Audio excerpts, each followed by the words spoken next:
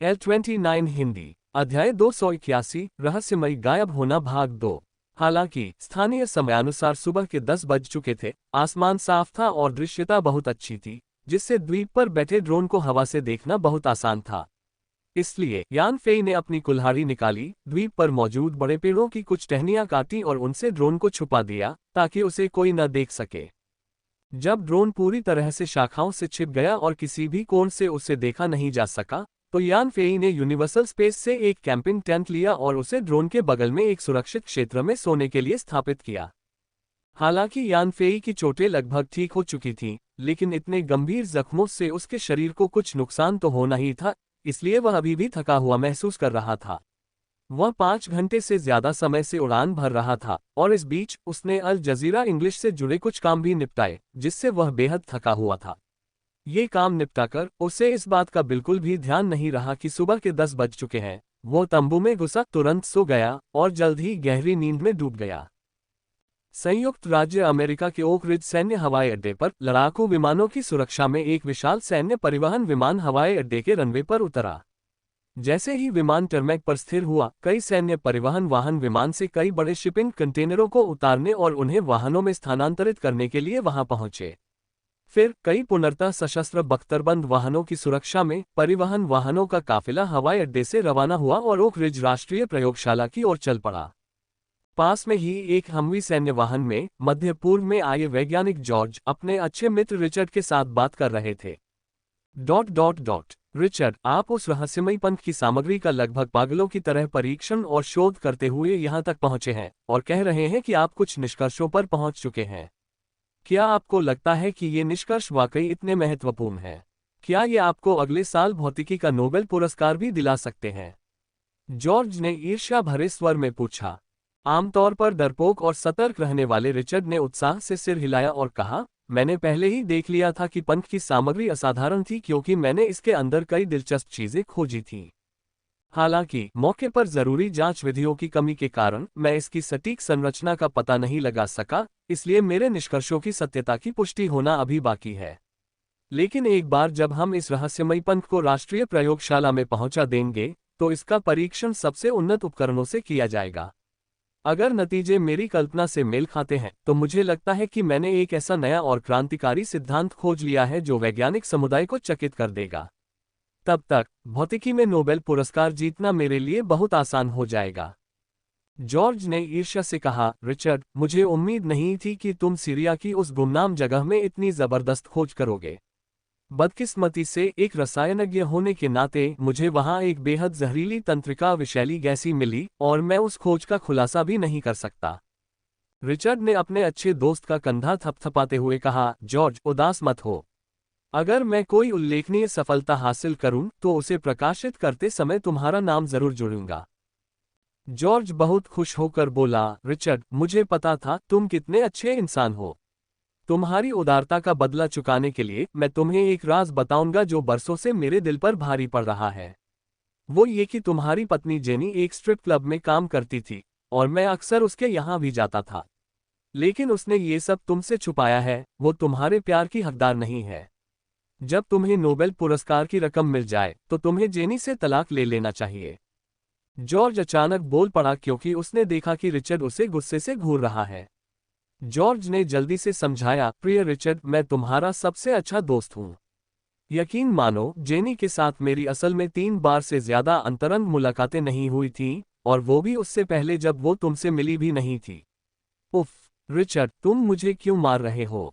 काफिला Oak Ridge national research centre पहुंचा और एक विशाल पार्किंग स्थल में रुका। बिखरे बालों वाला रिचर्ड एक गाड़ी के पीछे खड़ा था। उसके पीछे जॉर्ज था, जिसका चेहरा चोटिल था। जॉर्ज दुखी लग रहा था, जबकि रिचर्ड हाल की घटना को भूल गया था। उसकी आंखें उत्सुकता से चमक रही थीं, क्योंकि वह परिवहन वाहनों पर लदे शिपिंग कंटेनरों को देख रहा था। कुछ बेस कर्मचारी पास आए, शिपिंग कंटेनरों पर लगे बड़े ताले खोले और धीरे धीरे विशाल दरवाजे खोले।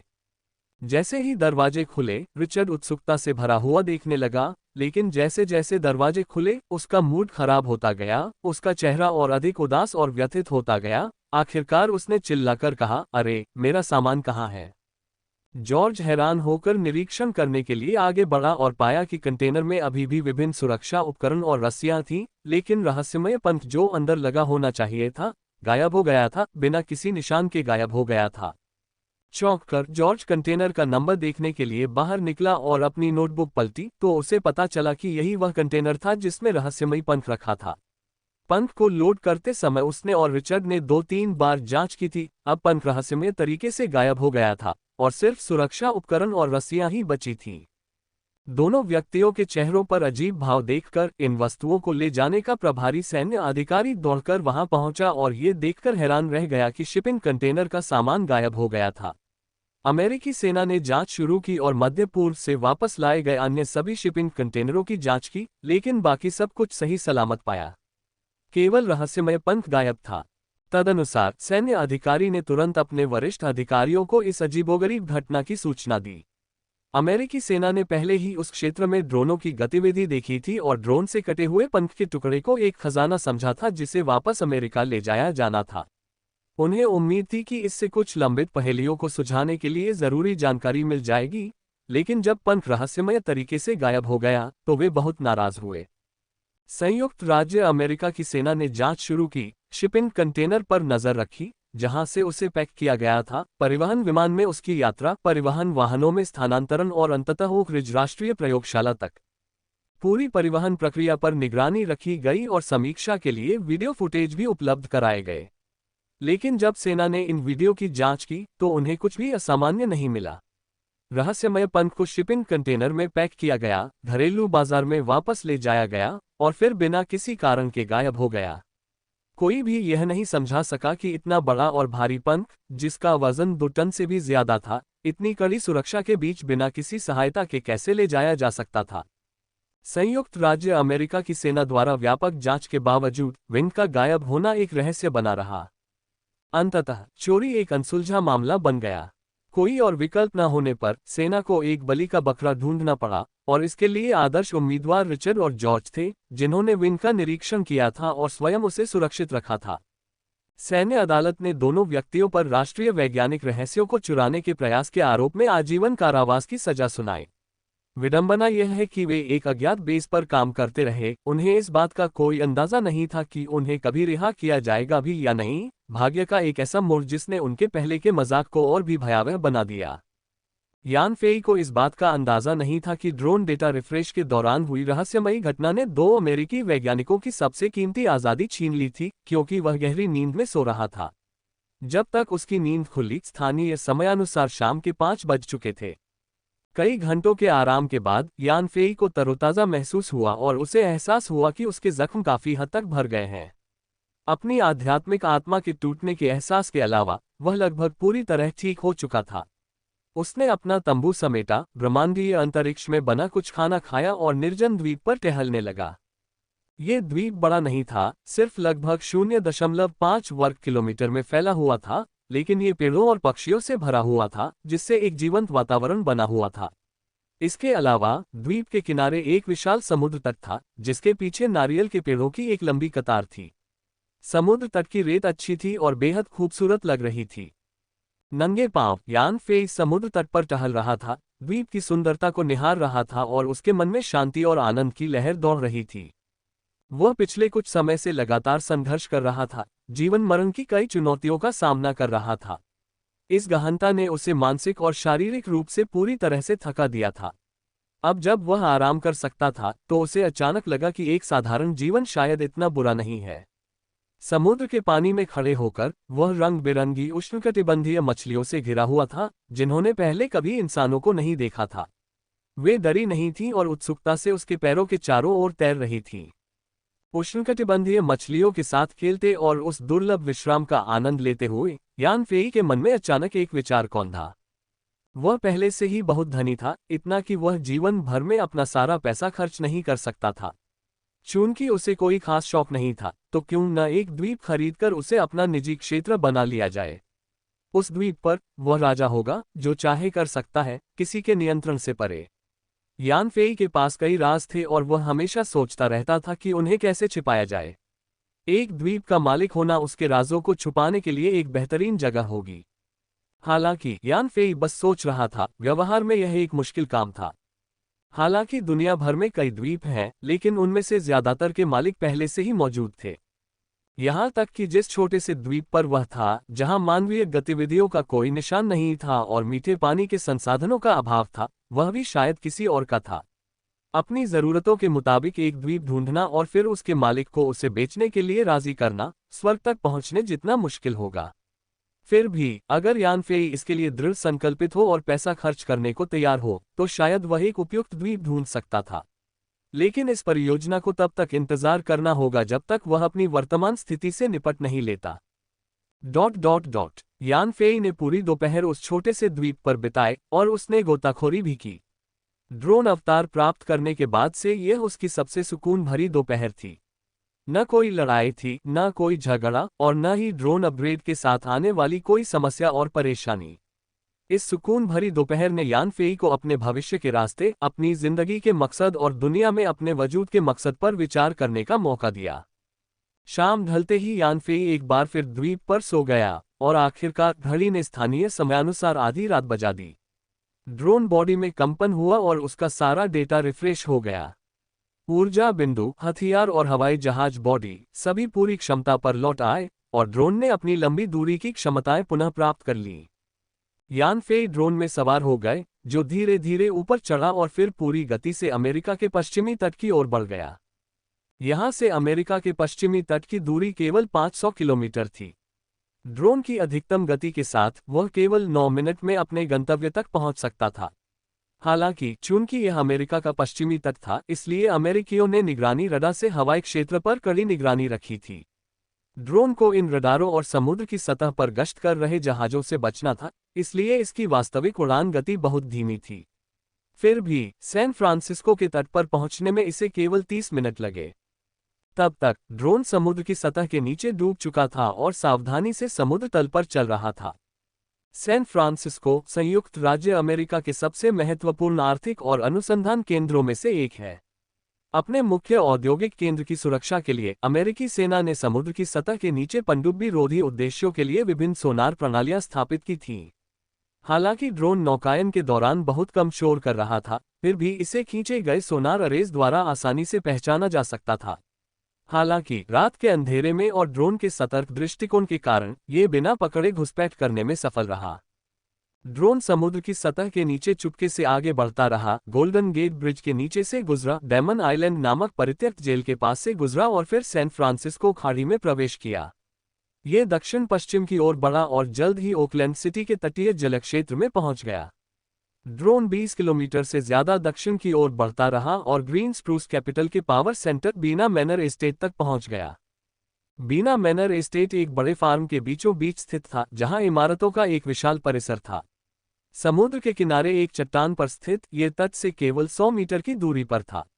एस्टेट में लगभग हर जगह से दूर समुद्र और दूसरी तरफ सैन फ्रांसिस्को के शहरी क्षेत्र का नजारा दिखता था, असली समुद्र के नजारे वाले कमरे। ड्रोन निर्धारित जलक्षेत्र में पहुंचने के बाद चुपचाप पानी की सतह पर आया और फिर 2 मीटर नीचे छिप गया और चट्टान के ऊपर स्थित बीना मनो एस्टेट पर क्वांटम रडार स्कैन का इस्तेमाल शुरू कर दिया। स्थानीय समयानुसार 1 बज रहा था और यान फेई की कल्पना में ये निश्चित था कि ग्रीन स्प्रूस कैपिटल के बोर्ड सदस्य इस समय एस्टेट में नहीं मिल सकते थे, क्योंकि रात गहरा चुकी थी और यह संयुक्त राज्य अमेरिका था, जहां समय के बाद एस्टेट में कोई काम नहीं करता।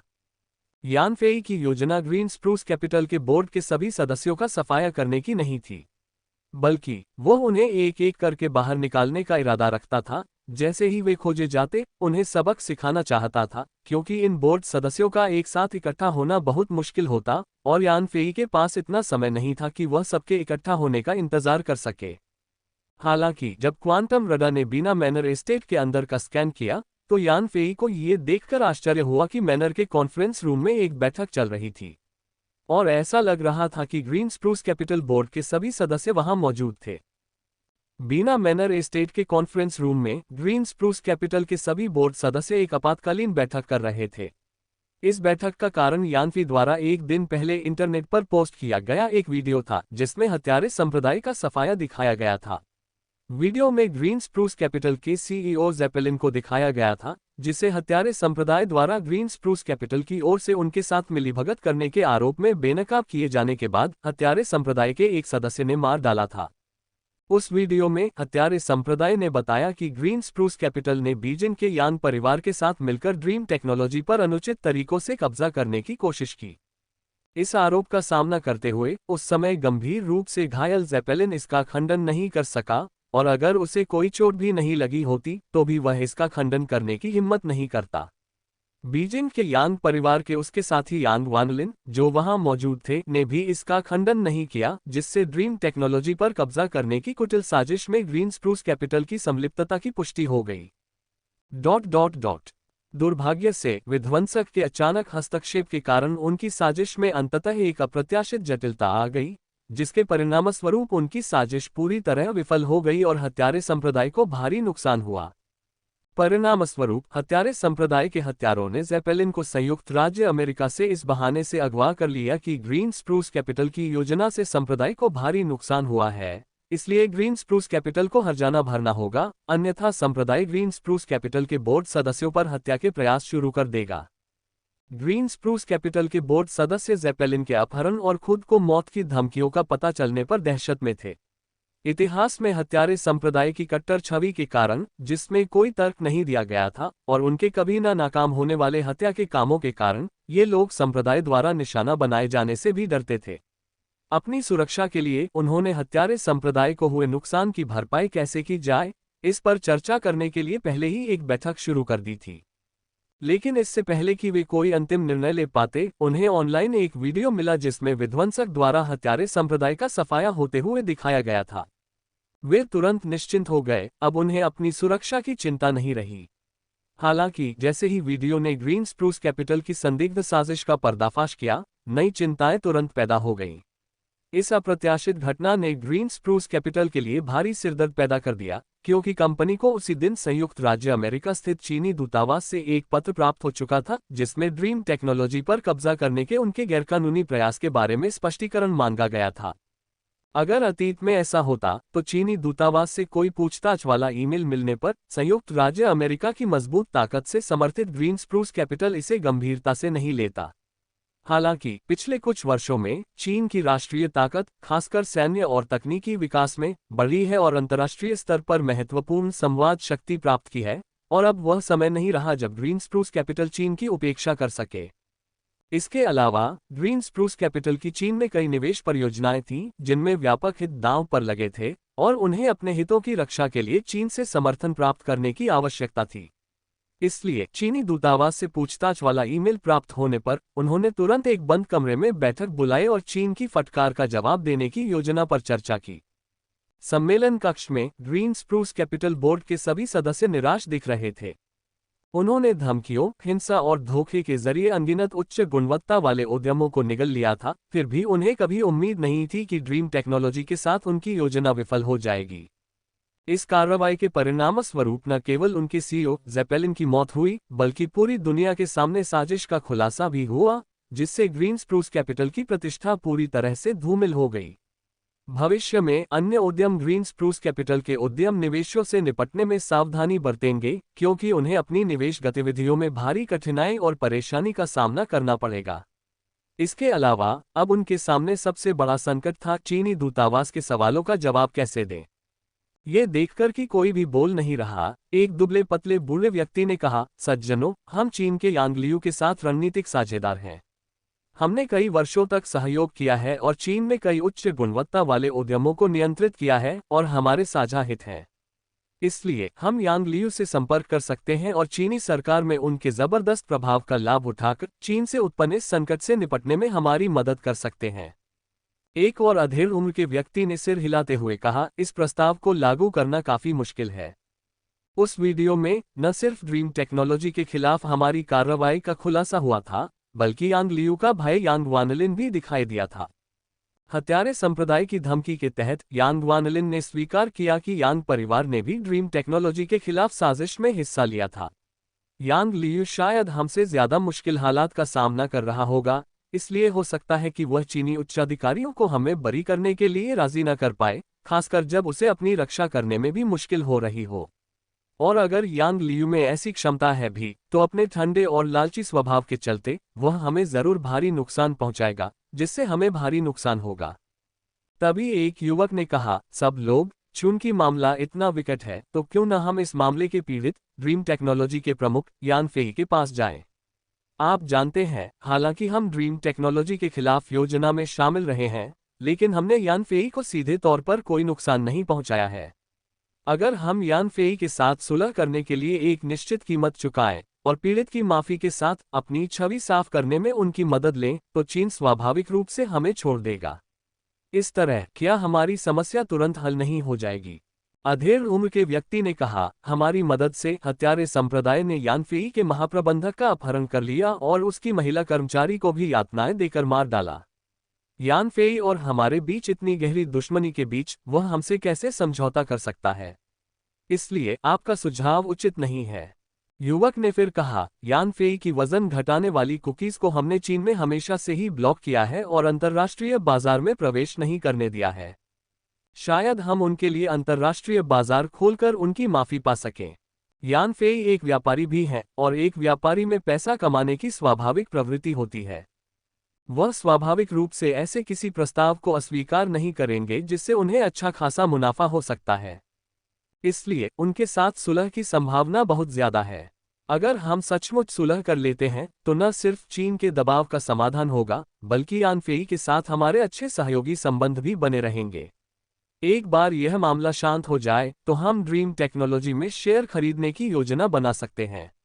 यान फेई तो बस एक नया खिलाड़ी है, हमारा कोई मुकाबला नहीं।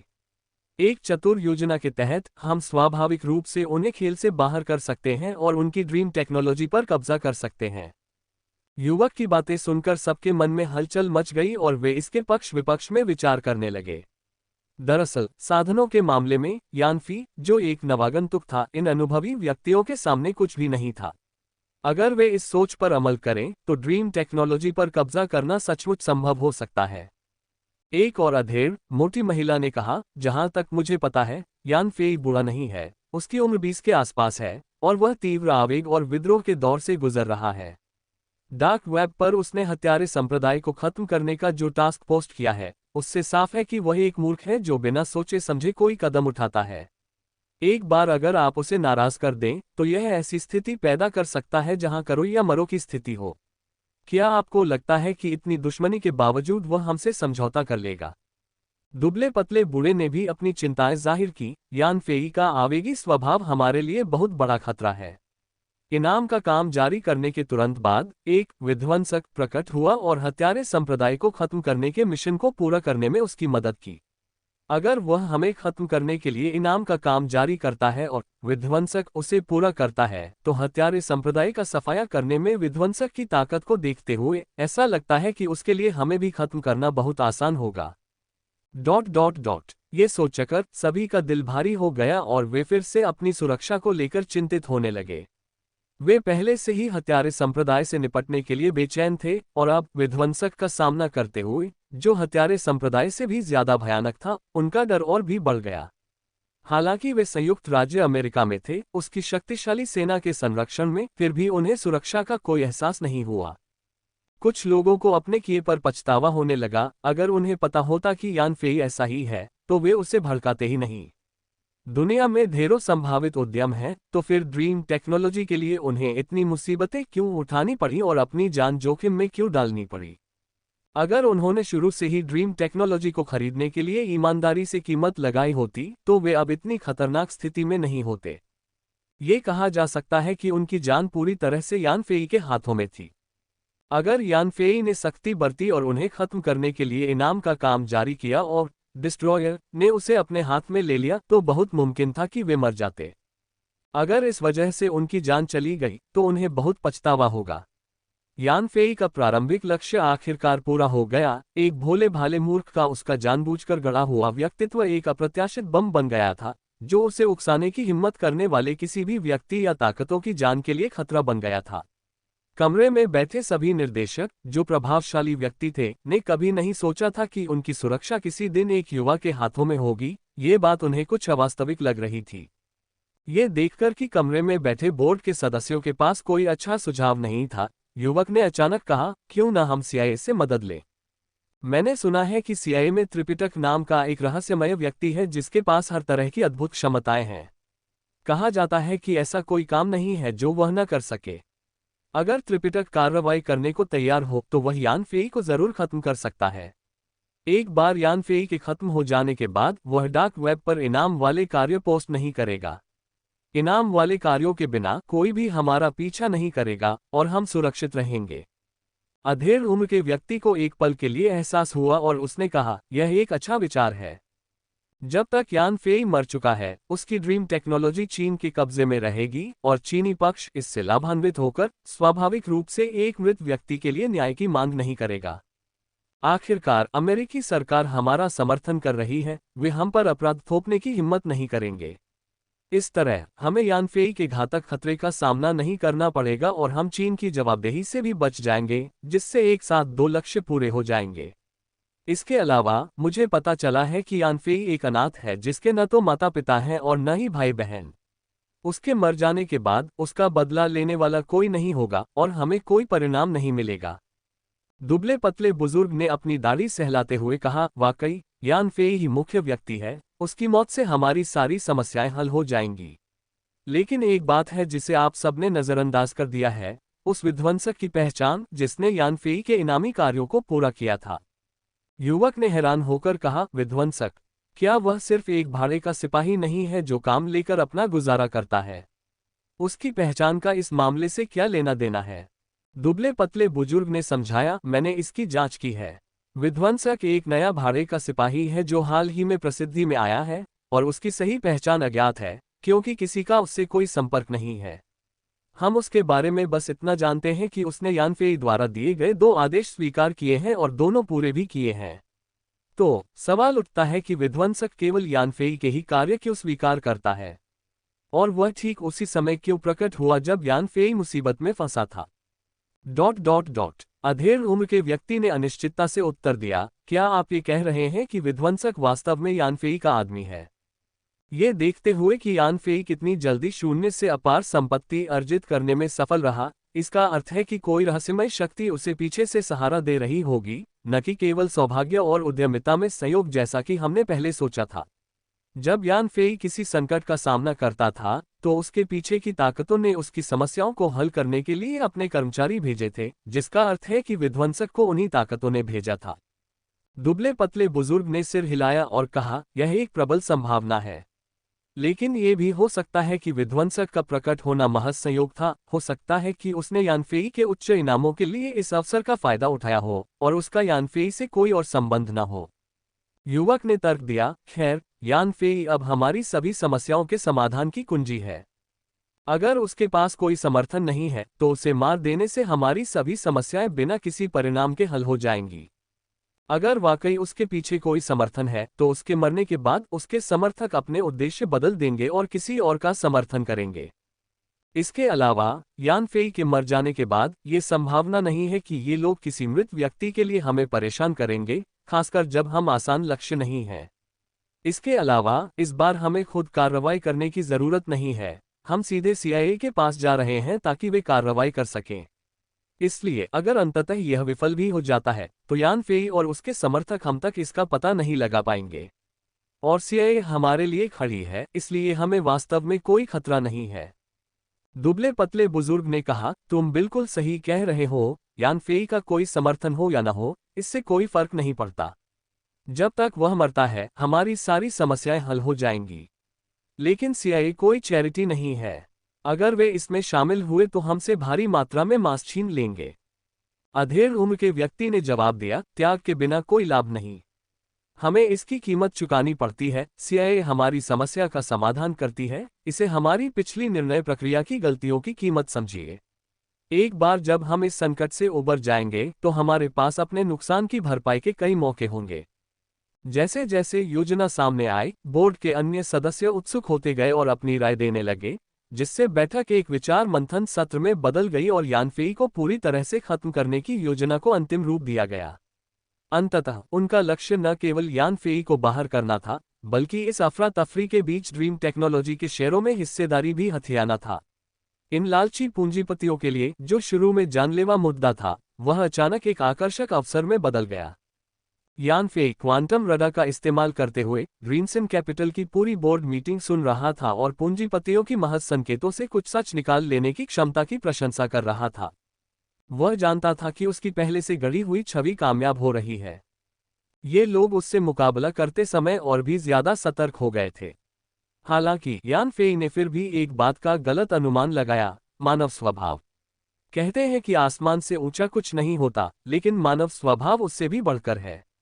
हालांकि उसके इनामों की घोषणाओं से उसके दुश्मनों की सुरक्षा को खतरा जरूर था, लेकिन उसने उनके लालच की हद को कम करके आंका था।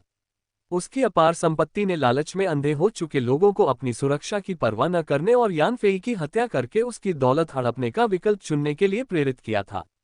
यान फेई की मूल योजना के अनुसार वह ग्रीन स्प्रूस कैपिटल के कुछ निदेशकों को यूं ही मार सकता था और यही काफी होता।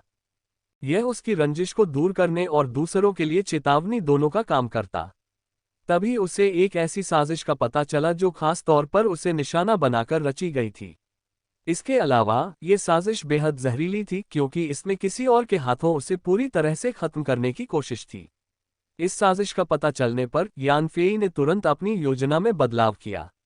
इस बार उसका इरादा ग्रीन स्प्रूस कैपिटल के बोर्ड के सभी सदस्यों का सफाया करने और किसी भी खतरे को उसकी शुरुआत में ही बेअसर करने का था। ग्रीन स्प्रूस कैपिटल की ताकत बहुत ज्यादा थी और इसकी इक्विटी संरचना बेहद जटिल थी, जिसमें एक अमेरिकी कंसोर्टियम की मौजूदगी भी शामिल थी। ग्रीन स्प्रूस कैपिटल के कुछ बोर्ड सदस्य इन प्रमुख वित्तीय समूहों का प्रतिनिधित्व करते थे और उन्हें प्रबंधन और पर्यवेक्षण की देखरेख के लिए भेजा गया था। अगर यान फेई इन बोर्ड सदस्यों को हटा देते तो उनका ग्रीन स्प्रूस कैपिटल के पीछे की वित्तीय ताकतों से टकराव होना तय था और उन्हें उनके कड़े प्रतिशोध का भी सामना करना पड़ सकता था। हालांकि एक बार जब यान फेई ने अपना मन बना लिया तो उसने इन संघों के नजरिए पर ध्यान देना बंद कर दिया। ये लोग उसे गिराने और उसकी ड्रीम टेक्नोलॉजी को बांटने की साजिश रच रहे थे। इसलिए कोई रास्ता न होने के कारण वह अब और विनम्र नहीं रहेगा। उसने पहले ही पूरी ताकत से हमला करने और यहां मौजूद सभी बोर्ड सदस्यों को मार डालने का फैसला कर लिया था। अपना निर्णय लेने के बाद यान फेई ने कार्रवाई शुरू की। उसके नियंत्रण में ड्रोन धीरे धीरे पानी से बाहर निकला, फिर समुद्र के पास चट्टान के ऊपर हवाई क्षेत्र में ऊपर उठा। उसने ड्रोन का अगला भाग घुमाया और पंखों के नीचे लगी मिसाइलों को नीचे बिना मनों की ओर निशाना बनाया। फिर अंधेरे में ड्रोन के पंख तेजी से फड़फड़ाए और नीचे बैठक कक्ष को निशाना बनाते हुए 6 मिसाइलें दागी गईं। मिसाइलें बेहद तेज गति से उड़ी। बस एक चमक के साथ वे इमारत से टकराईं, जिससे एक जोरदार विस्फोट हुआ, जिसके बाद ऊंची ऊंची लपटें उठने लगीं। ग्रीन स्प्रूस कैपिटल के बोर्ड सदस्य जो यान फेई को गिराने के तरीके पर खुशी खुशी चर्चा कर रहे थे, अचानक इमारत हिलती हुई महसूस हुई। लेकिन इससे पहले कि वे कुछ समझ पाते, बैठक कक्ष ढह गया और वे मलबे में दब गए। फिर आग की लपटें आसमान में उठीं और उन्हें अपनी आग में लपेट लिया। ड्रोन ने 6 मिसाइलें दागी, जिससे मीटिंग रूम तुरंत तबाह हो गया और अंदर मौजूद ग्रीन स्प्रूस कैपिटल के सभी बोर्ड सदस्य मारे गए। हालांकि बीना मैनर बहुत विशाल था और उसमें कई इमारतें थीं। मीटिंग रूम के अलावा दूसरी इमारतों में भी लोग मौजूद थे, जिनमें शायद कुछ ऐसे सदस्य भी शामिल थे जो हमले में बच गए थे। इसलिए ड्रोन भीषण आग से बचते हुए एस्टेट के ऊपर से उड़ गया। यान फेई ने कॉकपिट का दरवाजा खोला, खुली हवा में हाथ बढ़ाया और फिर उसके हाथ के पास हवा में बम दिखाई देने लगे। बम आसमान से गिरे, नीचे की इमारतों पर गिरे और जोरदार विस्फोट हुए, जिससे नीचे के घर आग के समुद्र में समा गए। ... जैसा कि पता चला, यान फेई ने अचानक ही यूनिवर्सल स्पेस से मध्य पूर्व में इकट्ठा किए गए अमेरिकी हवाई बमों को स्थानांतरित कर दिया था। उसने इन बमों का इस्तेमाल नीचे बिना मनों पर बमबारी करने के लिए किया, जिससे इकट्ठा किए गए अमेरिकी बमों का अच्छा इस्तेमाल हुआ। अन्यथा केवल ड्रोन के हथियारों पर निर्भर रहने से उसे संपत्ति को पूरी तरह से नष्ट करने के लिए अपने अधिकांश शस्त्रागार की आवश्यकता होती। ड्रोन उड़ता रहा और जैसे ही वह उड़ता रहा, एक के बाद एक बम बरसने लगे। केवल 30 सेकंड के भीतर बिना मनों की हर इमारत नष्ट हो गई। चारों ओर आग की लपटें उठ रही थीं। क्वांटम रडार के स्कैन में यान फेई ने देखा कि बिना मनों में सभी लोग जीवन के लक्षण खो चुके थे, उसके हाथों मारे गए थे। लेकिन संपत्ति के नीचे एक छोटा सा भूमिगत कक्ष था, जिसके अंदर कुछ लोग छिपे हुए थे जो बमबारी में नहीं मारे गए थे। परिणामस्वरूप ड्रोन भूमिगत कक्ष के ऊपर मंडराता रहा और यूनिवर्सल स्पेस से बड़ी संख्या में बम गिराए गए और बेरहमी से जमीन पर पटक दिए गए। नीचे भयंकर विस्फोटों की आवाज सुनाई दी और अंततः हवाई बमबारी के कारण भूमिगत कक्ष ढह गया, जिससे अंदर छिपे लोग मारे गए। इस तरह बीना मैनर के सभी लोग यान फेई द्वारा मारे गए। वह ये दावा तो नहीं कर सकता था कि उसने ग्रीन स्प्रूस कैपिटल के सभी निदेशकों का सफाया कर दिया है, लेकिन कम से कम एस्टेट में मौजूद सभी निदेशकों का सफाया हो गया, जिससे उसकी गहरी नफरत शांत हो गई। ड्रोन अपना काम पूरा करने के बाद रुका नहीं।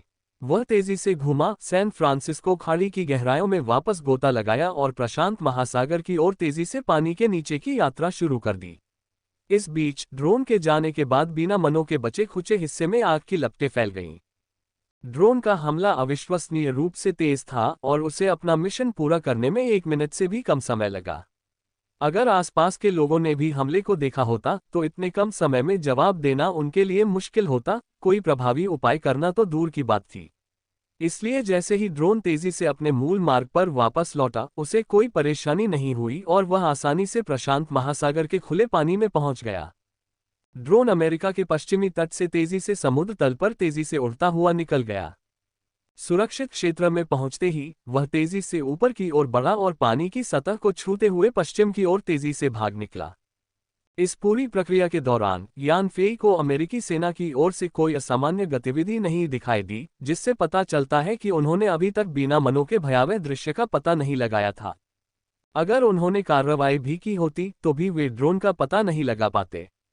चूंकि प्रशांत महासागर में आधी रात थी, अमेरिकी उपग्रह सामान्य रूप से काम नहीं कर पा रहे थे और ड्रोन रडार की पकड़ से पूरी तरह बच रहा था, इसलिए अमेरिकी सेनाएं उसका पता नहीं लगा सकीं। इस प्रकार कुछ ही समय में ड्रोन खतरे के क्षेत्र से निकलकर अमेरिकी पश्चिमी तट से बहुत पीछे चला गया। घंटे से भी कम समय में 9000 किलोमीटर की दूरी तय कर ली। जब तक यान फेई इस बिंदु पर पहुंचा, वह अमेरिका के पश्चिमी तट से बहुत दूर निकल चुका था। उससे ज्यादा आगे जापान नहीं था और वह शंघाई से सीधी रेखा में लगभग 3000 किलोमीटर दूर था। अगर संयुक्त राज्य अमेरिका ने ड्रोन का पता लगा भी लिया होता तो भी वह उसे पकड़ नहीं पाता। यही वह समय था जब यान फेई आखिरकार शांत हुआ और फिर उसे एक शर्मनाक समस्या का पता चला, उसे पेशाब करने की जरूरत थी। सुन यी और वो शान के साथ अपने भयावह अनुभवों के बाद यान फेई ग्रीन पाइन कैपिटल के साथ काम करते समय बहुत ज्यादा सतर्क और चिंतित था। उसने कभी सोचा भी नहीं था कि यह काम इतना आसान होगा, बिना किसी परेशानी के।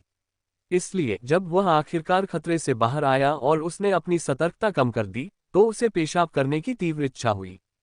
अगर वह किसी और जगह होता तो ठीक रहता, यान फेई आसानी से शौच के लिए कोई जगह ढूंढ लेता।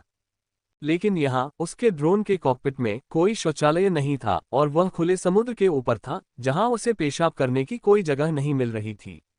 यान फेई कुछ समय के लिए अपने शरीर के अंगों और मांसपेशियों को नियंत्रित करके अपनी इच्छा को नियंत्रित कर सकता था, लेकिन यह असुविधाजनक होता। इसलिए उसने क्वांटम रडार का इस्तेमाल करके आसपास के जलक्षेत्र को स्कैन करना शुरू किया ताकि पता चल सके कि नीचे कोई द्वीप है जहां वह शौच कर सके, और सचमुच उसे समुद्र में आगे एक द्वीप मिल गया। ड्रोन तेजी से उड़ा, जल्द ही आगे वाले द्वीप पर पहुंच गया और फिर उसके ऊपर मंडराने लगा।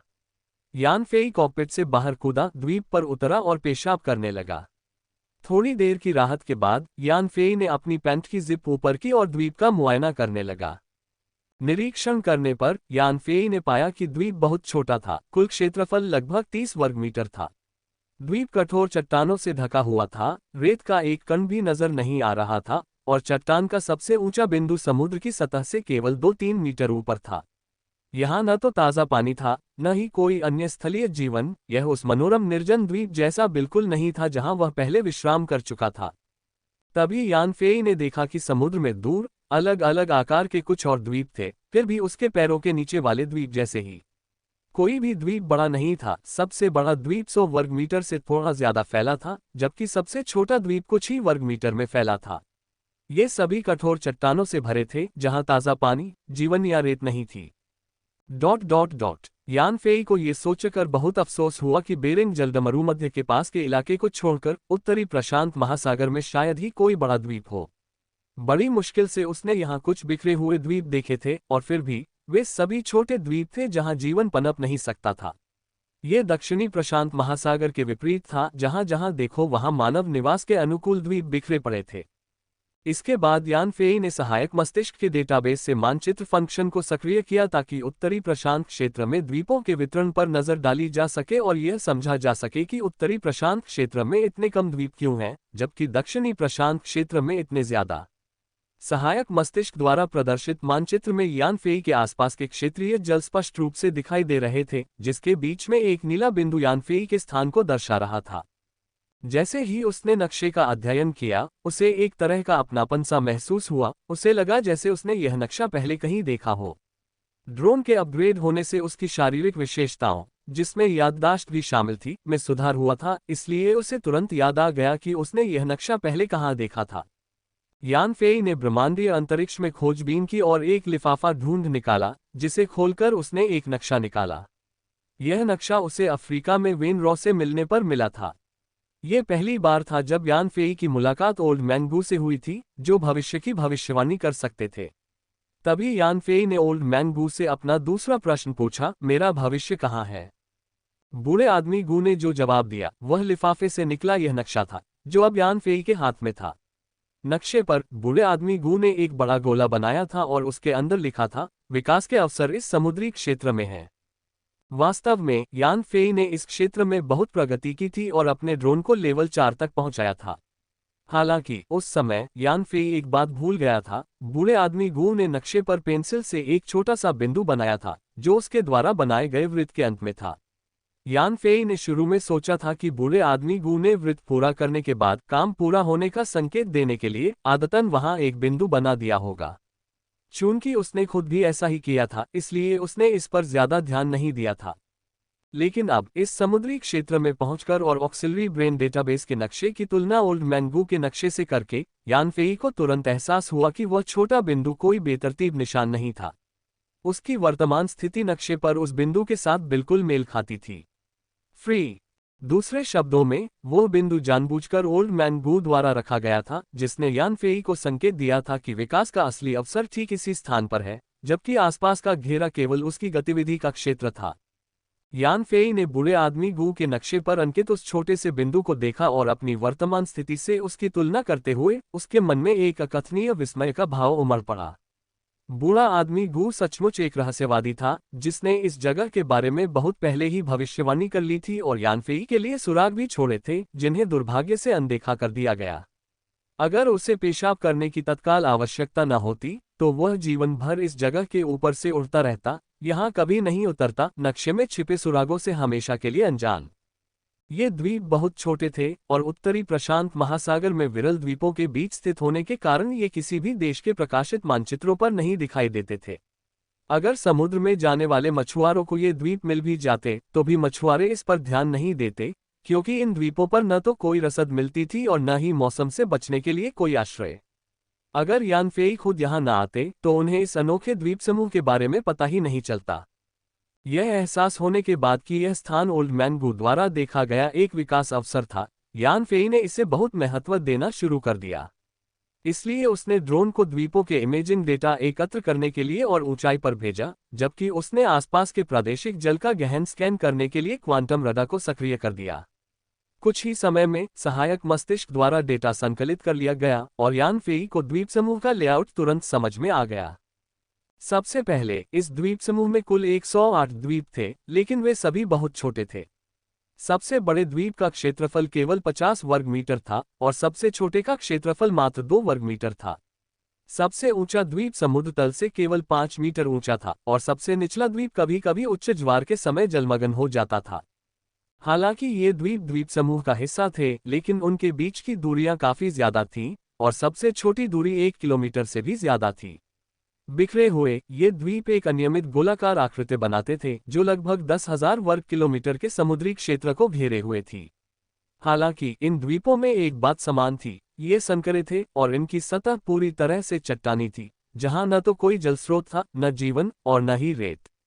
इन द्वीपों के आसपास समुद्र की सतह के नीचे सबसे गहरा क्षेत्र केवल 10 मीटर से थोड़ा ज्यादा था और सबसे उथला क्षेत्र केवल 1 या 2 मीटर था। कुल मिलाकर पूरे द्वीप समूह का समुद्र तल विस्तारों सहित बहुत गहरा नहीं था।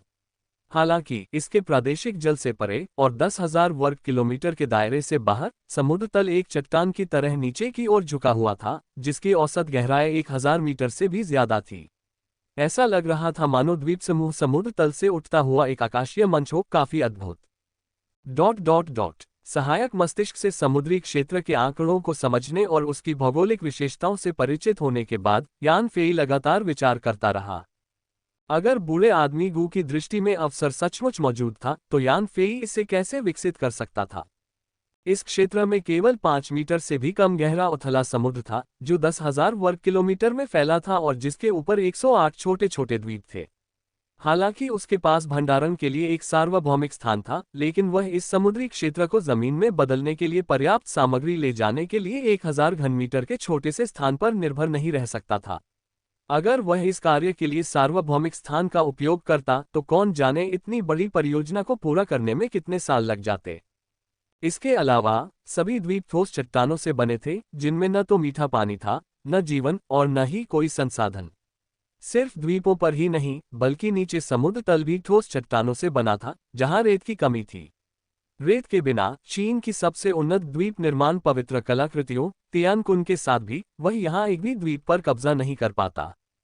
इस समुद्री क्षेत्र का सबसे नजदीकी देश जापान था, लेकिन जापान का होन्शु द्वीप भी इस समुद्री क्षेत्र से 1000 किलोमीटर दूर था और चीन का शंघाई उससे भी ज्यादा दूर 3000 किलोमीटर दूर। इसलिए यान फेई की इतनी दौलत होने के बावजूद इन दोनों जगहों से समुद्री क्षेत्र में सामग्री लाने से यहाँ विकास संभव नहीं होता। यान फेई ने बहुत दिमाग लगाया, लेकिन समझ नहीं पाया कि इस क्षेत्र को कैसे विकसित किया जाए।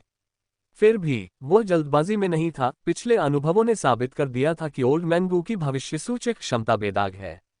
चूंकि ओल्ड मैन गू ने संकेत दिया था कि यान फेई यहाँ विकास कर सकता है, इसलिए उसके सफल होने का कोई न कोई रास्ता जरूर होगा। हालांकि यान फेई को अभी तक कोई तरीका नहीं मिला था, लेकिन उसे पूरा विश्वास था कि समय के साथ ये तरीका स्पष्ट हो जाएगा।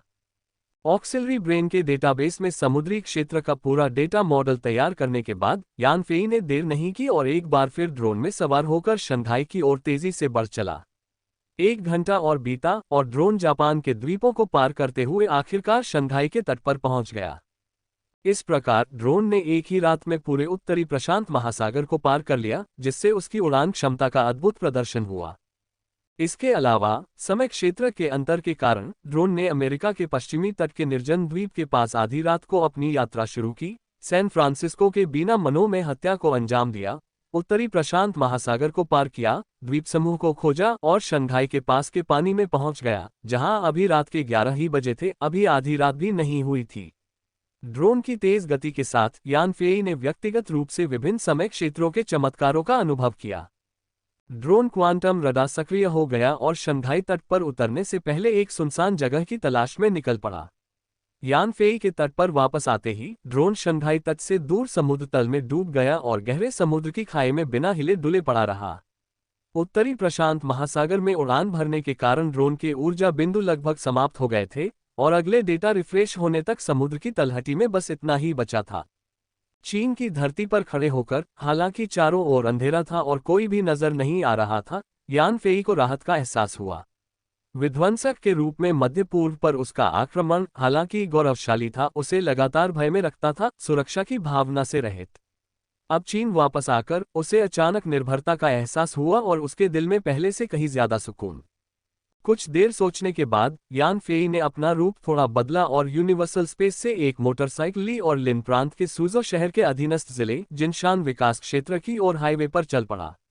आधी रात को अपनी यात्रा के आधे रास्ते में ड्रोन से डेटा उम्मीद के मुताबिक रिफ्रेश नहीं हुआ। इससे यान फेई के पहले के संदेह की पुष्टि हो गई कि ड्रोन के डेटा रिफ्रेश का समय स्थानीय समय मध्यरात्रि से संबंधित था और 2 डेटा रिफ्रेश के बीच का अंतराल 24 घंटे से कम नहीं हो सकता। इससे यान फेई का ये सपना चकनाचूर हो गया कि ड्रोन में असीमित ऊर्जा और हथियार होंगे। अपनी यात्रा जारी रखते हुए 2 घंटे बाद यान फेई आखिरकार जिनशान विकास क्षेत्र में खरीदे गए विला के पास पहुंच गया। विला के आसपास उसने सेना को देखा जो उसके घर की सुरक्षा के लिए तैनात थी। सेना ने विला को इतनी कसकर घेर रखा था कि गहरी रात होने के बावजूद जब कोई आ जा नहीं रहा था, वे अपनी रक्षात्मक ड्यूटी पूरी सावधानी से निभा रहे थे, किसी भी संदिग्ध व्यक्ति को विला में घुसने से रोक रहे थे। उनकी सुरक्षा के स्तर के कारण एक मक्खी भी विला में घुस नहीं सकती थी, एक वयस्क व्यक्ति तो दूर की बात है। freewebnovel.com। जब यान फेई ने बाहर कड़ी सुरक्षा में तैनात सेना को देखा तो वह उलझन में पड़ गया। उसे समझ नहीं आ रहा था कि अपने घर कैसे लौट जाए। जैसे ही वह परेशान हुआ, एक सैन्य वाहन उसकी ओर तेजी से बढ़ा और सेना के कमांड सेंटर पर रुका और 2 सैन्य अधिकारी नीचे उतरे। अधिकारियों ने सेना के कमांडर को इकट्ठा किया और उसे आदेश दिया। फिर यान फेई ने देखा कि सेना अपने हथियार और उपकरण इकट्ठा और पैक करने लगी है। जब सब कुछ वाहनों में लाद दिया गया तो सैनिक उसमें सवार हो गए और एक भी व्यक्ति को पीछे छोड़े बिना चले गए। सेना के पूरी तरह से पीछे हट जाने का एहसास होने पर यान फेई ने सोचा और समझा कि इसका मतलब जरूर डुआन होंगे और उनके सहयोगी मध्य पूर्व में अपने मिशन से लौट आए होंगे। विध्वंसक ने हत्यारे संप्रदाय का पूरी तरह से सफाया कर दिया था और हुओ शान गंभीर रूप से घायल हो गया था, जिसे ठीक होने में कम से कम 2 साल लगेंगे। इस दौरान यान फेई और लू पिनपिन के लिए हत्यारे संप्रदाय से उत्पन्न खतरा लगभग समाप्त हो गया था, इसलिए उनकी रक्षा करने वाली सेना को वापस बुला लिया गया था। हालांकि यह अच्छी बात थी, क्योंकि सेना की चौकस निगाहों से दूर यान फेई के लिए घर लौटने और बिना किसी की नजर पड़े अपनी असली पहचान वापस पाने का यह एक बेहतरीन मौका था। अचानक पलटी खाते हुए यान फेई अपने विला में वापस आ गया। अपने कमरे में दाखिल हुआ तो उसने देखा कि लू पिनपिन अपनी मेज पर सो रहा है। लू पिनपिन को नींद में भी भौहें सिकुड़ते देखकर यान फेई को बहुत दुख हुआ। उसने सावधानी से अपने कपड़े उतारे और लू पिनपिन को पहना दिए। अपनी उच्च सतर्कता के साथ लू पिनपिन कपड़े डालते ही तुरंत जाग गई। जब उसने यान फेई को अपने सामने खड़ा देखा तो उसे अपनी आंखों पर यकीन नहीं हुआ। उसने ये सुनिश्चित करने के लिए अपनी आंखें रगड़ी कि कहीं वह सपना तो नहीं देख रही है, और उसकी आंखें तेजी से लाल हो गईं। उसके हाव भाव से लग रहा था कि वह यान फेई की बाहों में गिरने ही वाली है, लेकिन उसने खुद को रोका और स्थिर खड़ी रही। यान फेई ने कहा, पिन, तुम्हारी कड़ी मेहनत के लिए शुक्रिया। मैं वापस आ गया हूँ। लू पिन ने यान फेई की ओर देखा और कहा, फेई, मुझे खुशी है कि तुम वापस आ गई। तभी लू पिन के घुटने मुड़ गए और वह जमीन पर गिर पड़ी। यान फेई चौंक गई। उसने जल्दी से उसे संभाला और जांच करने पर पाया कि वह पूरी तरह थक चुकी थी। उसकी अनुपस्थिति में लू पिन लगातार बेचैन रहती थी, यान फेई पर आने वाले किसी भी खतरे से डरती रहती थी और इसीलिए उसने ठीक से आराम नहीं किया था। अब यान फेई के सुरक्षित लौटने का भरोसा पाकर उसने अपनी रोकी हुई सांस छोड़ी और शांति से सो गई। यान फेई ने लू पिन को अपने बिस्तर पर लिटा दिया और उसे लिटा दिया। उसके थके हुए चेहरे को देखकर उसे हुओ शान के सामने अपने सबसे हताश पल की याद आ गई, और सबसे पहले उसके दिमाग में लू पिन का ही ख्याल आया, जिसने उसके दिल को खुशी से भर दिया था। उसने अपने हाथ के हल्के स्पर्श से उसके बिखरे बालों को सीधा किया और फिर कमरे से बाहर अपने अध्ययन कक्ष में सोने चला गया। अगले दिन जब यान फेई जागा तो वह पूरी तरह स्वस्थ और तरोताजा था।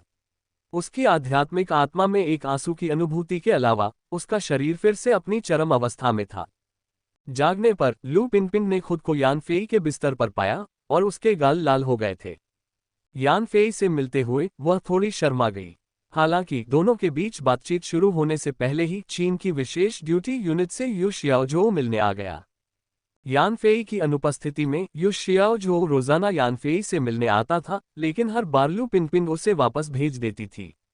उसका बहाना यह था कि यान फेई अपने सहकर्मियों की नृशंस हत्या से मानसिक और शारीरिक रूप से परेशान था और उसे एकांत में आराम करने के लिए समय चाहिए था, इसलिए वह किसी से नहीं मिल सकता था। लू पिन की मदद की बदौलत ही यान फेई की लंबी अनुपस्थिति एक रहस्य बनी रही। यू शियाओजो के बार बार मिलने के अनुरोध पर यान फेई ने सोचा कि कैसे डुआन होंगे ने 2 बार उसे सबसे मुश्किल क्षणों में बचाया था और उसे लगा कि अब मना करना अनुचित होगा। हालांकि वह लू पिन के साथ जानकारी का आदान प्रदान करने के लिए उत्सुक था, फिर भी वह पहले यू शियाओजो से मिलने के लिए तैयार हो गया। यान फेई और यू शियाओजो ने रिसेप्शन रूम में एक निजी मुलाकात की, जहां यू शियाओजो ने सबसे पहले यान फेई के चेहरे का जायजा लिया। यान फेई के चेहरे पर थकान के भाव देखकर उसने कहा, मिस्टर यान, लगता है आप हाल ही में काफी अच्छे से चल रहे हैं। यान फेई ने चाय की चुस्की लेते हुए कहा, मुझे आपके विभाग की व्यवस्थाओं का शुक्रिया अदा करना होगा। आपने जो सुरक्षा प्रदान की उससे मुझे अपनी सुरक्षा की चिंता नहीं करनी पड़ी, जिससे मैं तेजी से आगे बढ़ सका। यू शियाओझू ने कहा, श्रीमान यान, मैं व्यक्तिगत रूप से आपको सलाह देता हूं कि अब आप इंटरनेट पर कोई भी कार्य पोस्ट न करें। हालांकि इस बार आप भाग्यशाली रहे और आपको सफलता मिली, लेकिन इसकी कोई गारंटी नहीं है कि अगली बार आप गलती नहीं करेंगे, जो आपके लिए बड़ी मुसीबत बन सकती है। आपको राज्य पर भरोसा रखना चाहिए। राष्ट्र समाज के लिए योगदान देने वाले उद्यमों को निराश नहीं करेगा। यान फेई जानता था कि यू शियाओझू उसे धीरे से डार्क वेब के चक्कर में पड़ने से बचने और देश की प्रासंगिक घटनाओं से निपटने की क्षमता पर भरोसा रखने की याद दिला रहा था। गोपनीयता के कारण यू शियाओझू ने मध्य पूर्व में स्पेशल ड्यूटी ग्रुप के ऑपरेशन का जिक्र तो नहीं किया, लेकिन यान फेई को याद दिलाया कि देश इस मामले को लेकर निष्क्रिय नहीं रहा है। यान फेई को देश ने उनके लिए जो कुछ भी किया था, उसकी पूरी जानकारी थी और वह बहुत संतुष्ट थे। उन्होंने सिर हिलाया और कहा, हमारी कंपनी के कर्मचारियों से जुड़ी घटना पर राज्य सरकार पहले ही कार्रवाई कर चुकी है। मैं देश के इरादों को समझता हूं और अब ऑनलाइन कुछ भी पोस्ट नहीं करूंगा। ये देखकर कि यान फेई ने स्पष्ट रूप से तो नहीं कहा था, लेकिन आश्वासन दिया था कि वह आसानी से कोई इनामी कार्य पोस्ट नहीं करेगा, यू शियाओझू ने आखिरकार राहत की सांस ली। उसकी नज़र में यान फेई एक नौसिखिया था। बिना किसी अनुभव के डार्क वेब पर इनामी कार्य पोस्ट करते समय उसने कई गलतियां की, जिन्हें दूसरों ने तुरंत नोटिस कर लिया। अगर यान फेई भविष्य में ऐसे कार्य पोस्ट करने से बचता तो उसके उजागर होने का खतरा कम हो जाता, और उसकी सलाह उसके भले के लिए थी।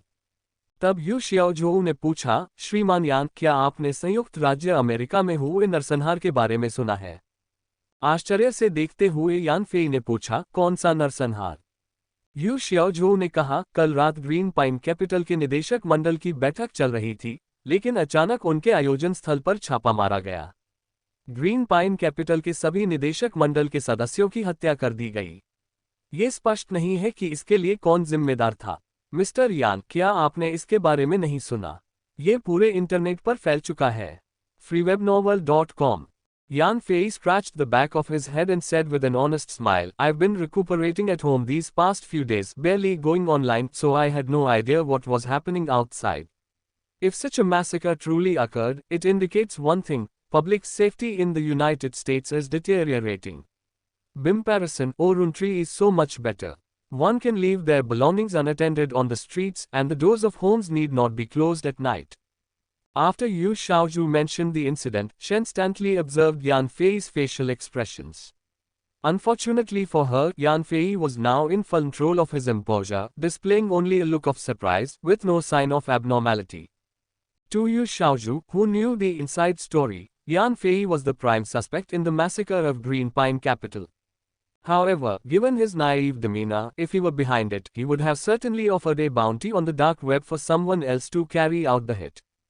Since there was no such bounty notice on the dark web, it seemed unlikely that Yan Fei was the mastermind, a misconception bolstered by his carefully crafted naive image. Moreover, hardly anyone would have thought Yan Fei capable of traveling back and forth across the Pacific in the span of a day, taking out Green Pine Capital's people and returning to China. Unable to gain the information she sought from Yan Fei, Yu Xiaozhu was not discouraged.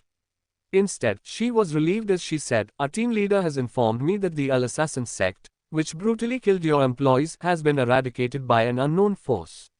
You and Lu Pingping are now safe and no longer require our protection." Thus, the military protecting you both withdrew last night. With a grateful expression, Yan Fei responded, "I am extremely thankful to the People's Liberation Army. Because of their protection, well, sleep peacefully. Now it seems that the Al-Assassin sect was not well regarded, and someone has kindly taken care of them for me. I also want to thank the state for concern and help. Dream Technology will strive even harder to create more jobs and contribute more taxes to repay the state's support." Yan Fei truly meant his words. The state had done well in this matter, dispatching experts to the Middle East. Even though they hadn't eliminated Huo Shan, they had nonetheless saved Yan Fei again, with Duan Hongye even sustaining serious injuries. Additionally, the state had sent the army to protect him and Lu Pingpeng, and after obtaining evidence, it had applied pressure on Green Pine Capital, demonstrating the state's commitment to protecting its domestic enterprises. Yu Xiaozhu paused before reminding Yan Fei, "Some things you do overseas may not pose a problem, but don't bring them back to the homeland." Otherwise, once you disrupt national order, it would lead to grave mistakes and no one would be able to save you. यान Fei समझ गया कि you शियाओझो उसे चीन के लोगों को निशाना बनाकर डार्क वेब पर कोई टास्क जारी न करने की चेतावनी दे रहा था, क्योंकि उसे पता था कि मौजूदा व्यवस्था बनाए रखने के लिए राज्य उसके खिलाफ जरूर दखल देगा। उसने सिर हिलाया और कहा, मैं समझता हूं। देश की स्थिरता और समृद्धि बनाए रखना हर नागरिक का कर्तव्य है। यू शियाओझो ने अंत में कहा, जहां तक देश के भीतर बीजिंग के यांग परिवार का सवाल है, अधिकारियों के पास स्वाभाविक रूप से उनके लिए योजनाएं होंगी, इसलिए मुझे आशा है कि आप कोई मूर्खतापूर्ण काम नहीं करेंगे। चीन की विशेष कार्य इकाई ने निश्चित रूप से अल हत्यारे संप्रदाय के उन्मूलन के बारे में यान फेई द्वारा इंटरनेट पर अपलोड किया गया वीडियो देखा था। वीडियो में यांग परिवार के प्रतिनिधि यांग वानलिन ने ड्रीम टेक्नोलॉजी के विरुद्ध अल हत्यारे और ग्रीन पाइन कैपिटल के साथ अपनी साजिश स्वीकार की थी, इसलिए राज्य को निस्संदेह इस मामले की जानकारी थी। यान फेई को सूचित करके यू शियाओझो उसे याद दिला रहा था कि वह अकेले कोई कदम न उठाए, क्योंकि राज्य इस मुद्दे से निपटने के तरीके पर विचार नहीं करेगा। बीजिंग के यांग परिवार की चीन में गहरी जड़ें थीं और उसने स्वार्थ के बंधनों के जरिए प्रभाव का एक व्यापक जाल बुन लिया था। अगर राज्य को पता भी होता कि यांग परिवार ने कानून तोड़ा है, तो भी वह उनके खिलाफ तुरंत कार्रवाई नहीं कर सकता था और उसे समय चाहिए था। इसे देखते हुए यू शियाओझो ने यानफी को चेतावनी देने की ठानी, क्योंकि उसे डर था कि उसकी युवावस्था की उतावली उसे एक और इनामी कार्य जारी करने, विध्वंसक का इस्तेमाल करके यांग लियू को खत्म करने के लिए प्रेरित कर सकती है और इस तरह एक ऐसी स्थिति पैदा कर सकती है जिसे नियंत्रित नहीं किया जा सकता। यान फेई की अपनी योजनाएं थीं, लेकिन वह उन्हें यू शियाओझो के साथ साझा नहीं करना चाहता था। इसके बजाय उसने सहमति में सिर हिलाया और कहा, मैं समझता हूं। मुझे विश्वास है कि राज्य एक निष्पक्ष और न्यायपूर्ण समझौते पर पहुंचेगा। सब कुछ कहने के बाद यू शियाओझो ने विदा ली। प्रिय पाठक जेड स्नो सांग, आपके इनाम के लिए धन्यवाद। आप सभी को आपकी सदस्यता के लिए धन्यवाद और मासिक टिकट और सिफारिश टिकटों के लिए आपके निरंतर समर्थन के लिए भी धन्यवाद।